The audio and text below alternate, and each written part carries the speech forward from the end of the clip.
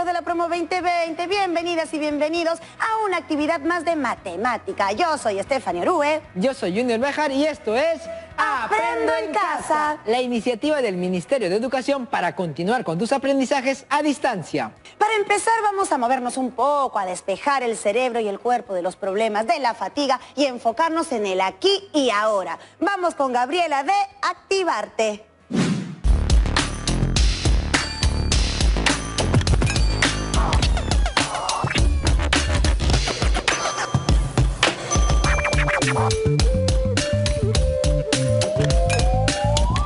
Gracias Junior y Stephanie. Hola chicas y chicos de la Promo 2020. Mi nombre es Gabriela y el día de hoy vamos a mover cosas desde la tranquilidad del cuerpo y de la mente. Me ha pasado que en algún momento de mi vida me he sentido cansada, aburrida, estresada, con miedo y frustrada.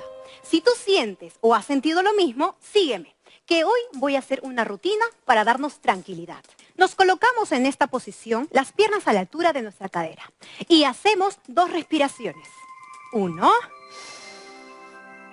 Exhalamos. Inhalamos. Exhalamos.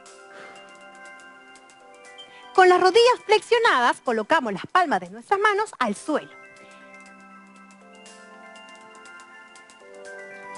Ahora daremos un gran paso hacia atrás, colocando la rodilla hacia el suelo y las manos en el muslo. Inhalamos, exhalamos. Acompañando esta mano a nuestros pies, hacemos torsión, irradiando toda nuestra buena energía a toda la casa. Exacto. Regresamos y hacemos lo mismo con la otra pierna. Colocamos la rodilla al suelo, las manos en el muslo, inhalamos, exhalamos. Acompañamos nuestro pie, hacemos torsión. Seguimos irradiando la energía, abriendo nuestro corazón. Exacto. Volvemos, abrazamos nuestra rodilla, llevamos nuestra pierna hacia un lado, abrazamos ahora una rodilla y luego la otra.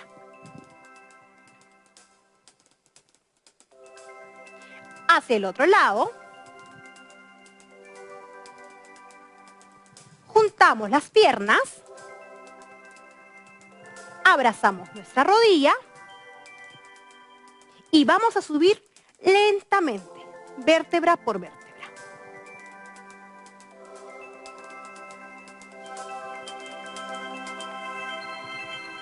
Para culminar, daremos 3 últimas respiraciones. 1. Exhalamos. 2. Exhalamos. Una última. Exhalamos. Hoy es un buen día para cuidarnos y cuidar de los nuestros. Sigue dando lo mejor de ti y recuerda, una mente sana va de la mano de un cuerpo sano. Nos vemos. Uf, ya me activé. Bueno, hoy continuamos desarrollando nuestro proyecto de aprendizaje denominado Mi Proyecto de Tiempo Libre. Recordemos que durante estas 2 semanas estaremos trabajando articuladamente con otras áreas y esto lo estamos viendo ya con el trabajo realizado en comunicación el día de ayer y otras áreas en los días anteriores. Así es, y en el programa anterior dejamos este reto. Considerando las características de tu vivienda, evalúa la necesidad de elaborar otros 2 carteles de seguridad, utilizando el compás y o escuadras, de tal forma que tu familia al verlos se oriente en caso de algún sismo.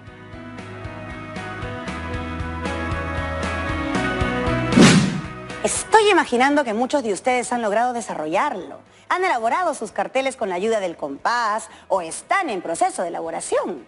Esto significa que tienen interés por aprender. Es muy importante estar preparados para cuando ocurra un sismo. Generalmente confiamos que no va a suceder, pero ello no puede evitar que nos preparemos para cuando suceda. En esa línea, en la de prepararnos, es bueno saber qué zonas de nuestras casas son las más seguras. Estas zonas y las rutas para llegar a ellas deben estar identificadas con señaléticas. De igual forma es importante conocer el significado de las señaléticas de prevención, que hay fuera de casa en los lugares públicos. Vemos cómo muchas veces las casas terminan destruidas y mucha gente pierde la vida.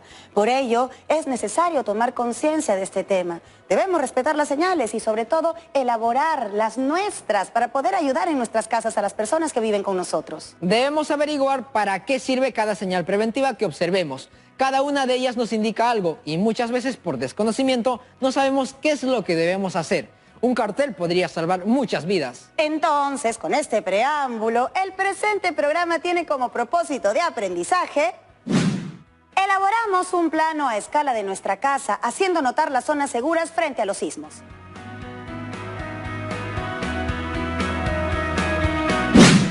¿Les parece entonces que demos lectura a los criterios de evaluación? Describe la ubicación de objetos reales y los representa utilizando planos a escala. Lee planos a escala e integra información para ubicar lugares. Combina y adapta estrategias heurísticas y recursos gráficos para elaborar planos a escala de su vivienda. Justifica procedimientos relacionados con la elaboración de planos a escala sobre la base de experiencias directas.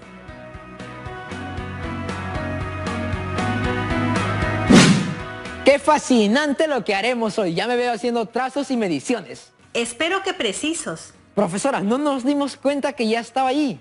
Esta vez quise sorprenderlos gratamente. Buenos días. Como han leído en los criterios, el programa de hoy abordará el tema de escalas. Este tema tiene su particularidad, debido a que debe reflejar en una hoja la forma geométrica de un lugar que está en la realidad. ¿Se imaginan fallar por 2 o 3 milímetros en un dibujo a escala de, por ejemplo, un terreno? Eso en la vida real podría equivaler a muchos metros.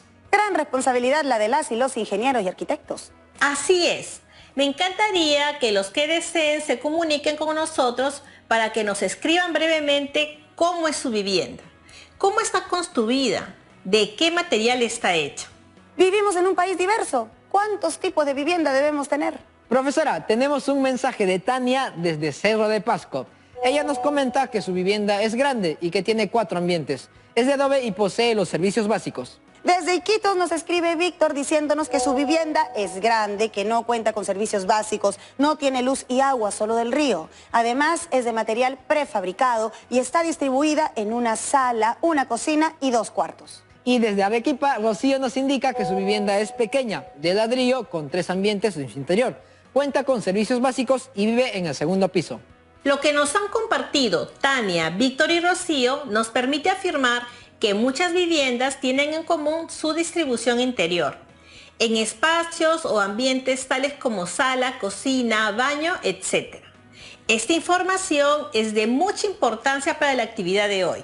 Si les pidiera que hagan un croquis de cómo está distribuida su vivienda, es muy probable que realicen un dibujo como este. Sí, es muy probable. Profesor, acaba de decir que ese es un croquis. ¿En qué se diferencia de un plano? Ah, muy buena pregunta, Stephanie.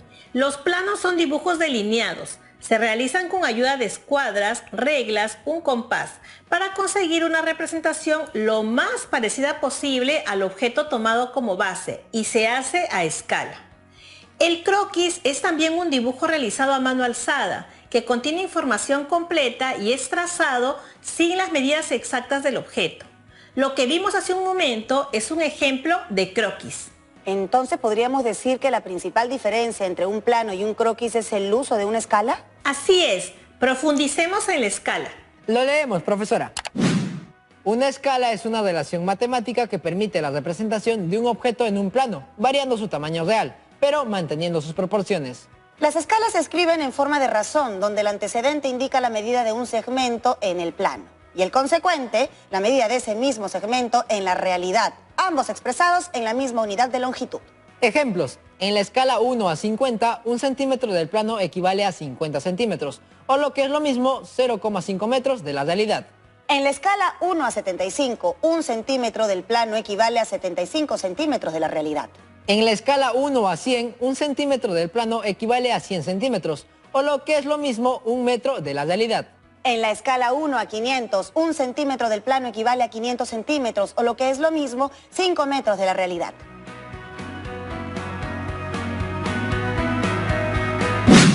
Entonces, profesora, ¿las chicas y chicos de quinto tienen la autonomía para hacer el plano de la escala que deseen? Así es, el plano que propongan deberán hacerlo según la escala que cada quien convenga. Dependerá del tamaño real de lo que quieren representar y del tamaño del papel donde quieran hacer el plano. No vaya a ser que el plano les salga muy pequeño o les falte espacio en el papel. Continuemos. Sobre las escalas es interesante saber que existen 3 tipos. La primera es la escala natural. Es la que se utiliza cuando el tamaño físico del objeto representado en el plano coincide con la realidad. Por ejemplo, puede ser cuando la escala es de 1 a 1. Es como si hiciéramos una fotocopia entre lo real y su representación. Tal vez la podríamos usar para dibujar un celular. De igual tamaño, ni más grande ni más pequeño. Buen ejemplo. El segundo tipo es la escala de reducción. Es la que se utiliza cuando el tamaño físico del plano es menor que la realidad. Por ejemplo, puede ser cuando la escala es de 1 a 2, 1 a 5, 1 a 50 o 1 a 100.000. Esta escala es la que se usa en los clásicos planos de construcción, donde las dimensiones de un terreno se ven reflejadas sobre un papel. Correcto, Junior. El tercer tipo es la escala de ampliación. Se utiliza cuando el espacio físico real es de reducido tamaño y tiene muchos detalles o piezas muy pequeñas. Por ejemplo, puede ser cuando la escala es de 2 a 1 o de 10 a 1. Es como si ampliáramos con una lupa. Si quisiéramos representar sobre papel la imagen ampliada de un insecto, utilizaríamos ese tipo de escala. Efectivamente, Stephanie.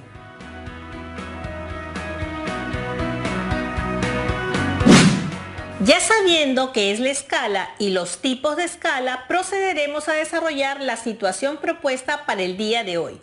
Esta situación se denomina construyendo el plano de mi casa. ¿Me ayudan con la lectura? Sí, profesora Gisela. Constantemente estamos expuestos a distintos riesgos generados por peligros naturales y sociales y factores personales que vamos aprendiendo a gestionar como parte de nuestro proyecto de vida para alcanzar nuestra realización personal. Todos somos conscientes de los riesgos que corremos y lo importante que sería anticiparnos y estar preparados. Por ello es conveniente empezar a elaborar un plano de nuestra casa para poder reconocer los lugares donde podríamos ubicarnos durante un sismo y los lugares hacia donde podríamos evacuar, ayudando a todas las personas que viven con nosotros. ¿Cuáles son las características de infraestructura de tu vivienda? ¿Sabes qué lugares de tu casa son los más seguros y cuáles los más peligrosos? Dibuja un plano de tu casa a una escala conveniente, de modo que se identifiquen ahí las zonas seguras y las rutas de evacuación hacia la vía pública.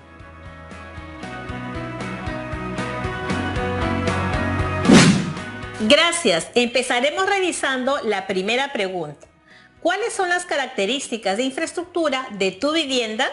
José Luis de Loreto nos comenta: debido a las lluvias y a las altas temperaturas e inundaciones por el desborde de los ríos, mi casa está sobre pilotes. Su diseño es muy abierto, con grandes ventanas para lograr mediante la ventilación el confort térmico. El techo es alto y de madera con cobertura de hojas de palmera a 2 aguas. Prácticamente en la parte exterior todo es amplio. Por su descripción me imagino la casa de José Luis así.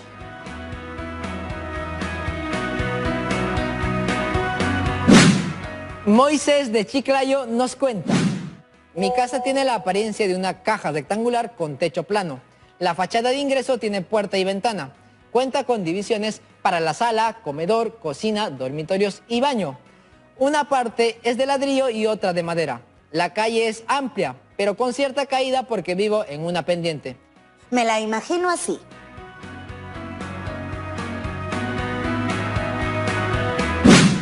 Guadalupe de Huancayo nos describe su vivienda de esta manera: mi casa está edificada en 2 niveles, cada uno de un solo ambiente. En el primer nivel tenemos la cocina, un depósito y un espacio para la crianza de cuyes.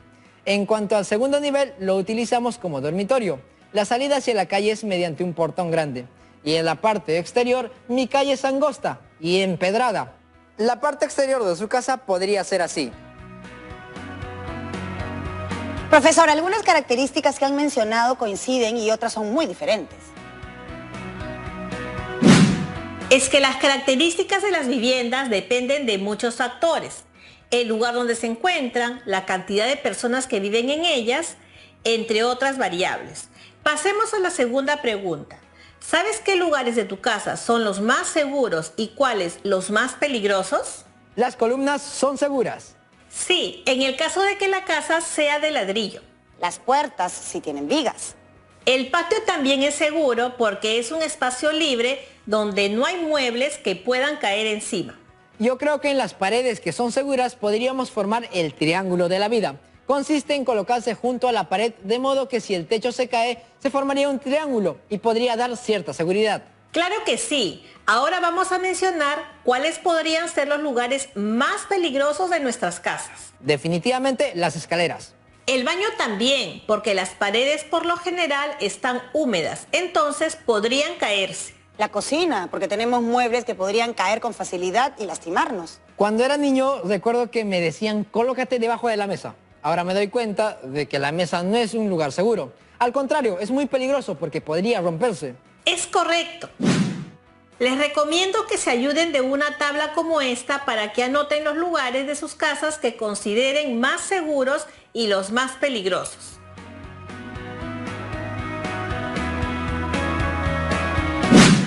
Bien, ahora que ya conocemos las zonas más seguras y las más peligrosas de nuestras casas, vamos a continuar con la tercera actividad. Deben dibujar el plano de su casa a una escala conveniente.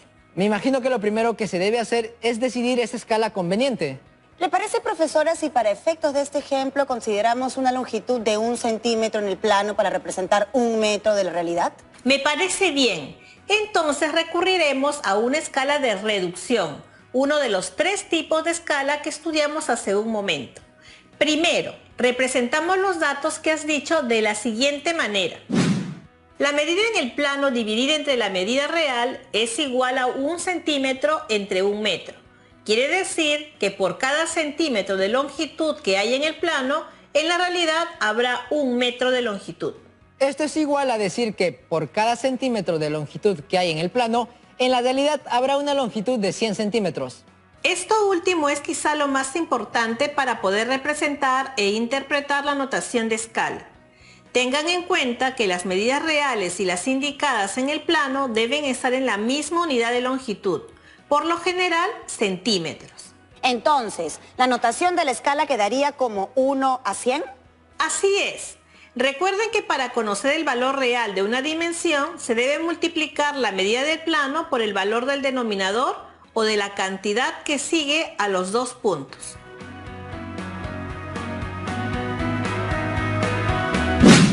Por ejemplo, si en el plano de tu casa el largo de una pared mide 4 centímetros, en la realidad el largo de dicha pared será el resultado de multiplicar 4 por 100, igual a 400 centímetros, es decir, 4 metros. Nos queda clarísimo. Ahora procederemos a dibujar el plano de una casa. Debemos tener nuestros materiales a la mano para poder realizar un gran trabajo. Estos son una hoja cuadriculada para poder ayudarnos con los cuadraditos y una hoja bond. Ambas podrían ser de doble uso. Una regla de 30 centímetros de preferencia. Plumones, colores o lápices de color.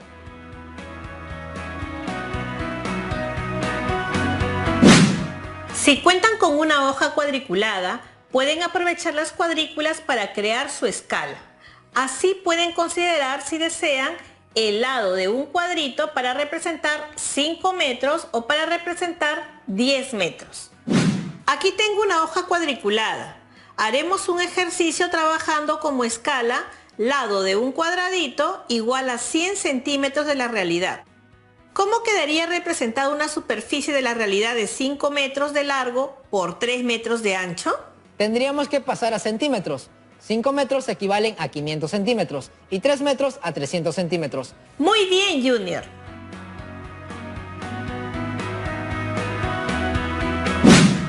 Con ese mismo principio, ¿cómo representarían una superficie de 7 metros de largo por 5 metros de ancho? Yo lo representaría así.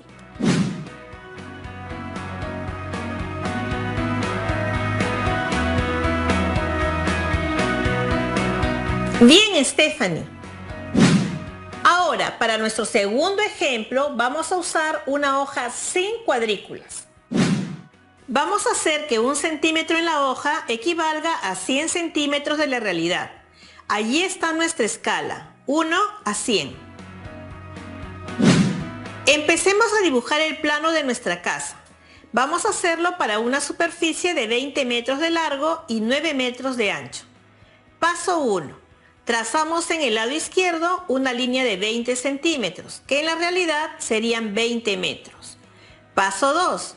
En la parte superior trazamos un segmento de 9 centímetros. Paso 3. Formamos un rectángulo que representará a la superficie donde colocaremos las divisiones o ambientes de la casa.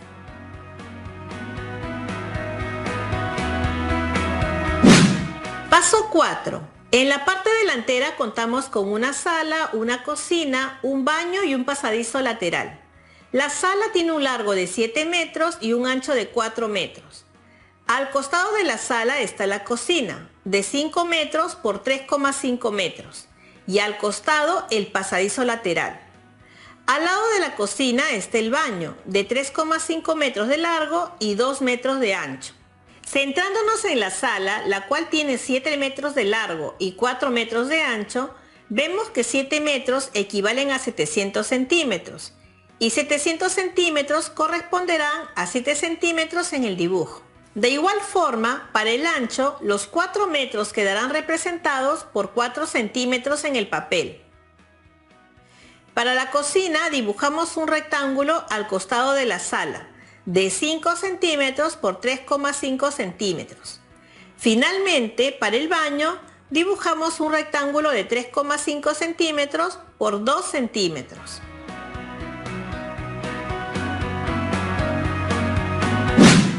Paso 5. En la parte posterior hay 3 habitaciones y al fondo un patio. Las habitaciones son de iguales dimensiones, 3 metros de ancho y 6,7 metros de largo.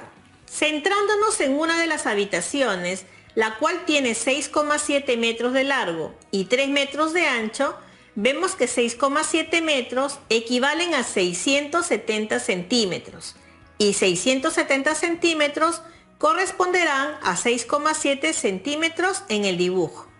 De igual forma, para el ancho, los 3 metros quedarán representados por 3 centímetros en el papel. Lo que queda será para el patio.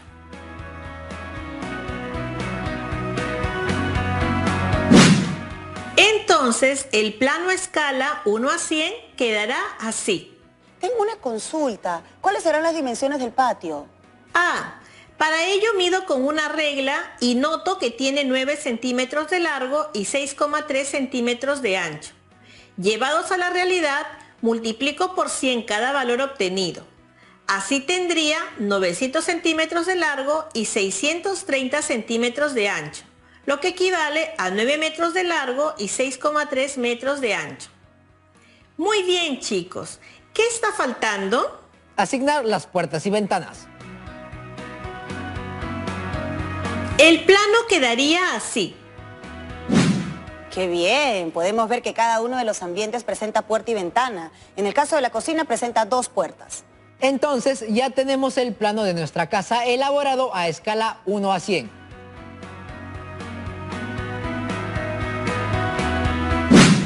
Hoy mismo empiezo a hacer el plano de la casa que algún día tendré. Ahora vamos a identificar las zonas seguras y las rutas de evacuación hacia la vía pública.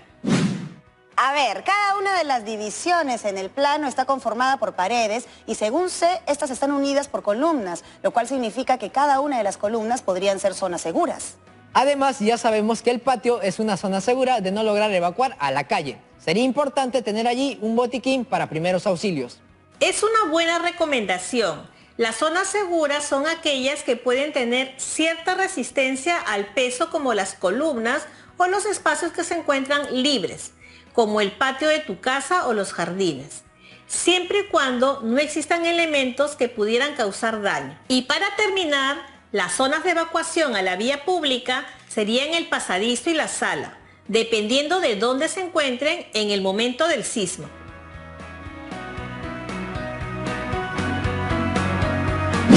Yo pensaba que era mucho más complicado hacer el plano de una casa. Solo es cuestión de realizar bien las distribuciones de los ambientes. Y claro, hacer bien, pero bien los cálculos. Muchas gracias, profesora. Gracias a ustedes. Quizá tengan alguna pregunta. Sí, tenemos una consulta de Sandra del Cusco. Ella nos escribe: en mi casa encontré este plano con la leyenda de escala 1 a 75. He medido con mi regla las dimensiones de la sala y he obtenido largo 7 centímetros, ancho 5,2 centímetros. ¿Cuáles son las dimensiones reales de dicho ambiente?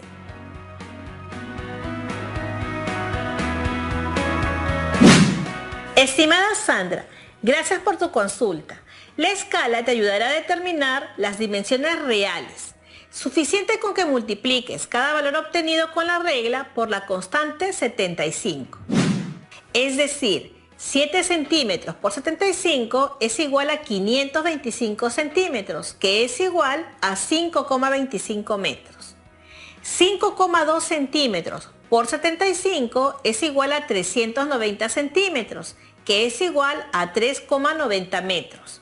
Entonces, las dimensiones reales de la sala serán 5,25 metros de largo y 3,90 metros de ancho.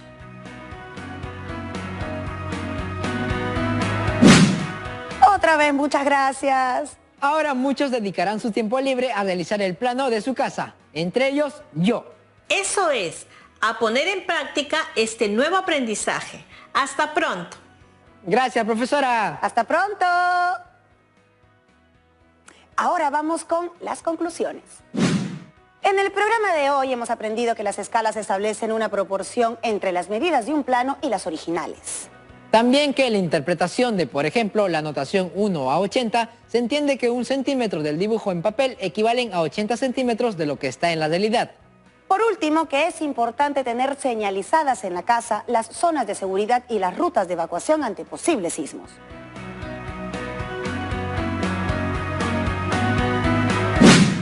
No olvidemos nuestro reto.